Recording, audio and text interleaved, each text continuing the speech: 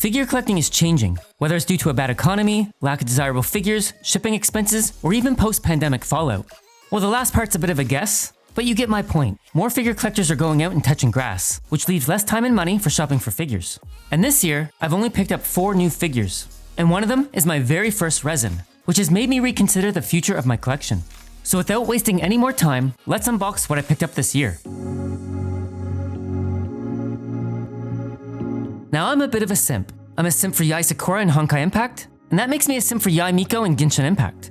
And to start things off, the figure I have before me is my very first resin figure, which some of you may know is an unlicensed figure.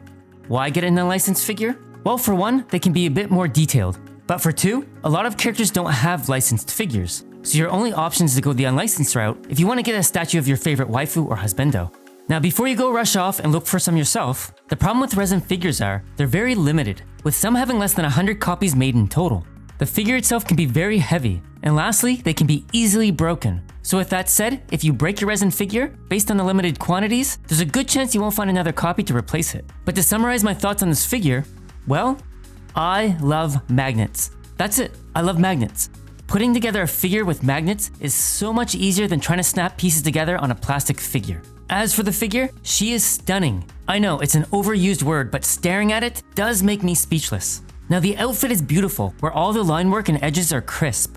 Obviously the figure is wonderfully painted and shaded as well. And the hands and the fingernails and even the toenails have a bit more detail than even the best plastic figures I've seen. Then again, these resin figures are not mass produced. I like that you can see the electrovision on the jewelry, and the base, it's exactly how I expect the base to be, though it's a lot heavier than what I was expecting. I don't think I have words to express how much I like this figure. Something about this figure just feels different than the plastic figures that I have. It has really made me rethink what I should start collecting next. Now with all the good out in the open, let's talk about the not so good. My figure arrived broken. A twig broke off the tree. I ended up having to repaint the exposed white parts and glue it back on using this glue. It's not a big deal for this part of the figure. If it was any other part other than this branch, I probably wouldn't be able to hide it that well. Which leads me to the next issue.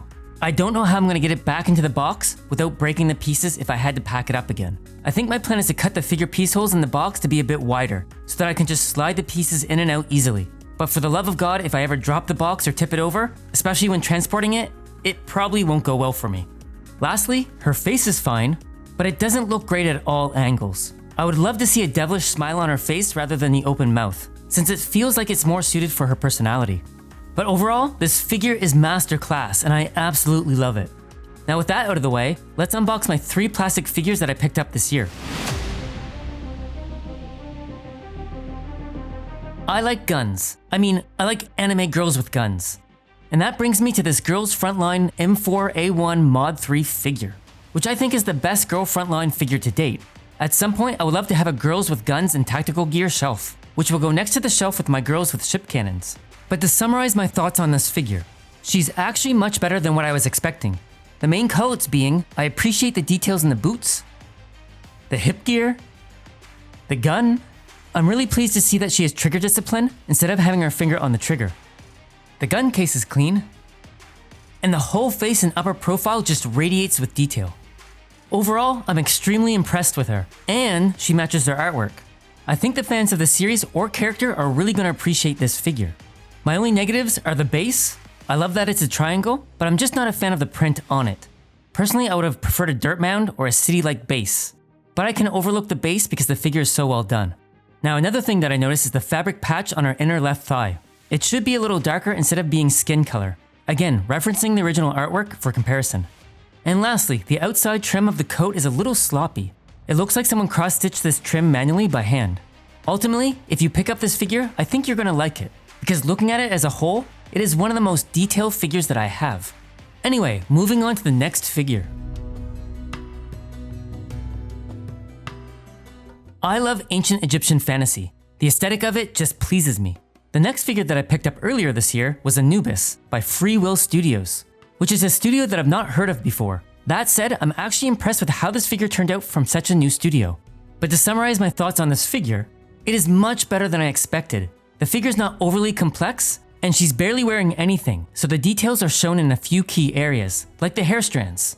Just look how beautiful this hair is separated. The hair is a bit more complicated than most figures that I've seen.